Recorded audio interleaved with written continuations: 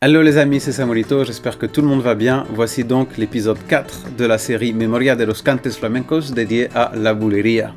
La bulería dans le flamenco est un des styles, si ce n'est le style le plus important du répertoire, c'est-à-dire c'est le style que tout le monde veut jouer en général quand on commence la guitare flamenca, c'est le style que tout le monde veut chanter quand on commence à chanter du flamenco, et c'est presque pareil pour la danse. Alors pourquoi ? Eh bien parce que c'est un des styles rythmiques les plus intéressants du flamenco.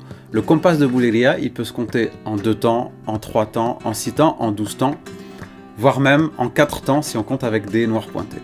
C'est donc un style qui a beaucoup d'énergie et qui permet beaucoup de créativité, donc ça va se ressentir dans les falsetas, dans les letras, dans les improvisations de danse aussi. Et c'est un style que vous allez pouvoir entendre partout, donc c'est-à-dire dans des albums, dans des DVD, dans plein de vidéos sur YouTube, dans des fiestas, dans la vraie vie, dans énormément évidemment de concerts. Donc bref, c'est impossible que vous n'ayez jamais entendu de bulería si vous vous intéressez au flamenco. Ce qu'il faut comprendre, c'est que la bulería n'a pas toujours eu cette cote de popularité qu'elle a aujourd'hui. Ce n'est que depuis les années 60-70 que c'est vraiment un style très important et que tout le monde veut jouer. Avant, ça faisait pas partie du flamenco noble, du répertoire du cante rondo. C'est quelque chose qui était plus réservé aux fiestas, c'était pas forcément quelque chose qu'on allait trouver dans des enregistrements par exemple. Et on peut dire que la première grande interprète de bulería qui a été reconnue est, encore une fois, Pastora Pavón, la Niña de los Peines. Elle est l'une des premières chanteuses à avoir chanté por bulería de manière cadrée et intéressante, ce qui a donné envie à beaucoup de gens de chanter por bulería par la suite. Donc à ce moment-là, même si la Niña de los Peines propose des montages de bulería très précis et très intéressants, il faut savoir que ça reste un style qui est très spontané. C'est-à-dire que les letras sont très courtes et généralement elles sont chantées dans un ordre plus ou moins improvisé par le chanteur ou la chanteuse. Et c'est pareil avec la guitare, c'est-à-dire qu'un guitariste flamenco aura tout un répertoire de falsetas por bulería dans les doigts et il les jouera dans un ordre assez spontané.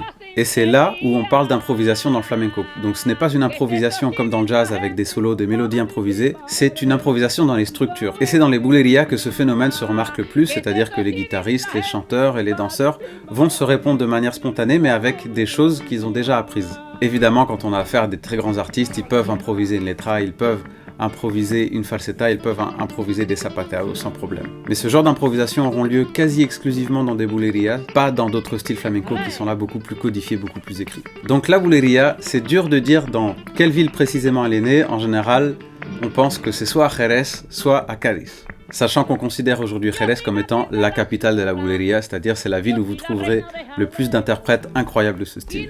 Dans le flamenco, on peut distinguer un certain nombre de bulerías, donc on peut citer celles de Jerez, de Cádiz, de Utrera, de Lebrija, les couplets por bulerías, qui sont des chansons qui sont mises au compas de bulería. Mais dans cette vidéo, on va s'intéresser principalement à 2 styles de bulería, parce que c'est ceux qu'on a enregistrés avec Paco Lobo dans notre anthologie, et il s'agit des bulerías de Jerez et des bulerías de Cádiz. Juste avant, je vous parlais de la Niña de los Peines et du rôle qu'elle a eu dans la popularisation de la bulería, mais dans le cadre de Jerez et de Cádiz, il faut citer 2 grands interprètes qui ont eu énormément d'importance également dans cette trajectoire de la bulería. Donc à Jerez, Manuel Torre et à Cádiz, la Perla de Cádiz. C'est à Jerez qu'on peut se rendre compte qu'on peut considérer la bulería comme étant une solea accélérée. Ses caractéristiques étant qu'on peut la compter en 6 temps avec un groove de 2 temps, et qu'elles seront en général soit en mode flamenco, soit quelquefois en majeur. Et les letras qu'on va retrouver dans les bulerías de Jerez sont souvent les mêmes que dans les soleas, et d'ailleurs les remates por bulería sont fortement inspirés des remates qu'on trouve dans les soleas. À Jerez, on trouve énormément de variations de letras por bulería, en général elles sont assez courtes, voici un petit exemple avec Paco el Lobo.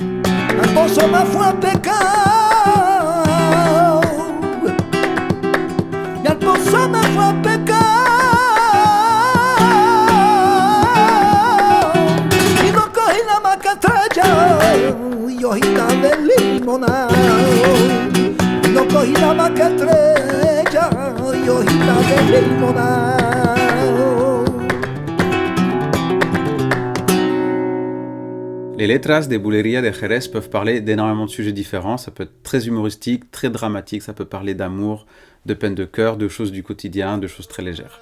Donc quelles sont les différences avec la bulería de Cádiz ? Donc à Cádiz, les bulerías sont en général toujours en majeur et très joyeuses. Ce qui normalement ne doit pas nous surprendre puisque quasiment tous les styles qui viennent de Cádiz, comme les tanguillos, les alegrías, toute la famille des cantinas sont en général très joyeux.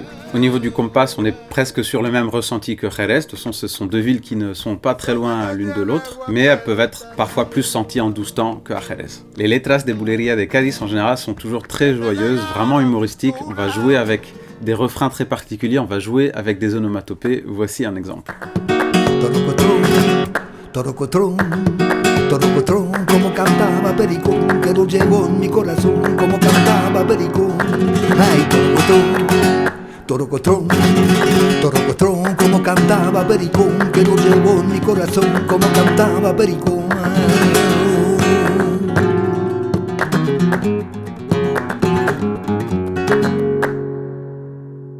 Voilà pour un bref aperçu des bulerías de Jerez et des bulerías de Cádiz. Ce qu'il faut retenir, c'est que c'est un style que beaucoup de gens ont envie de jouer, mais c'est l'un des styles malheureusement les plus compliqués dans le flamenco. Alors pourquoi compliqué? Déjà au niveau du rythme, comme je l'ai expliqué, on peut considérer que le compás de bulería a pour base les 12 temps du flamenco, qui sont, je le rappelle, 12, 1, 2, 3, 4, 5, 6, 7 et 8 et 9 et 10, 11, 12. Mais selon les moments, on va sentir le compas plutôt en 6 temps, plutôt en 3 temps, plutôt en 2 temps, et plutôt, comme je l'ai dit, en 4 temps avec des noirs pointés, ce qui donnerait tac tac tac tac tac tac tac tac tac tac, c'est-à-dire presque comme un zapateado flamenco. Et les rematés n'ont pas de règle générale, c'est-à-dire qu'ils vont être différents selon le contexte à chaque fois. Alors bien sûr, c'est souvent les mêmes qui reviennent, et d'ailleurs quand on devient un aficionado expérimenté, on est capable de reconnaître quelques secondes à l'avance quel type de rematé on va avoir sur un 10 ou un medio compas, ce genre de choses-là. Mais en général, c'est très dur de savoir une letra à l'avance comment on va terminer justement la letra ou la falseta qui vient. Et c'est ce qui fait la beauté de la bulería, c'est que c'est un style qui est très imprévisible, qui est très complexe et il faut vraiment maîtriser plein de codes pour pouvoir jouer avec les autres. Alors que dans la siguería, on sortira jamais des 5 temps, dans la solea, on sortira jamais des 12 temps, dans les tangos, on sortira jamais des 4 temps. Là, la bulería, c'est beaucoup plus mouvant au niveau du rythme. Mais heureusement, à la guitare, on peut quand même identifier un compas basique de 12 temps qui donnerait ça.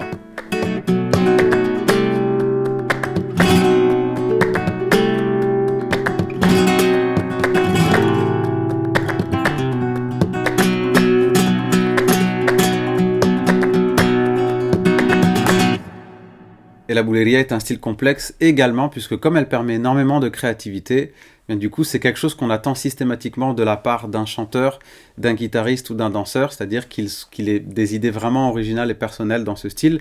Mais aussi, quand on veut jouer entre musiciens, il faut connaître énormément de falsettas différentes, énormément de rematés différents, énormément de letras différentes pour pouvoir justement jouer tous ensemble. Donc il y a énormément de choses à maîtriser pour jouer pour bulería. Donc vous l'avez compris, la bulería est un style complexe, qu'on soit chanteur, danseur, guitariste, palmero, mais le jeu en vaut vraiment la chandelle, puisque les bulerías réussies permettent vraiment des moments de transe presque chamaniques. Moi j'ai des expériences en fiesta qui sont exceptionnelles et inoubliables. C'est vraiment des moments où on peut vraiment réussir à sentir quelque chose de très fort tous ensemble en participant à la même musique, puisqu'il y a la dimension du rythme, il y a la dimension de l'émotion. La bulería, c'est vraiment le style, quand on se regroupe entre artistes flamenco, qui nous permet vraiment d'exprimer des choses extraordinaires.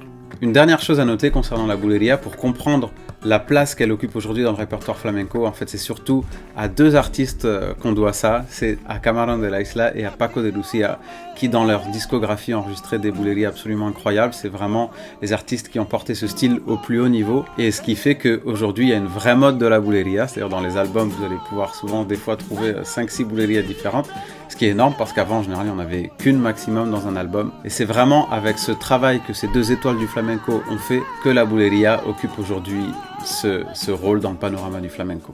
Donc voilà les amis, on pourrait encore en parler des heures de la bulería, c'est vraiment un style, vous l'avez compris, qui est très riche, mais déjà ça vous donne un aperçu déjà de tout ce qu'on peut trouver dans ce style. J'espère que cette vidéo vous a plu. En tout cas, si vous voulez en savoir plus sur le projet Memoria de los Cantes Flamencos, je vous mets le lien en description. Et si vous voulez nous soutenir avec Paco el Lobo dans ce projet, il y a une page Patreon et aussi possibilité de faire un don PayPal en une seule fois si vous le souhaitez.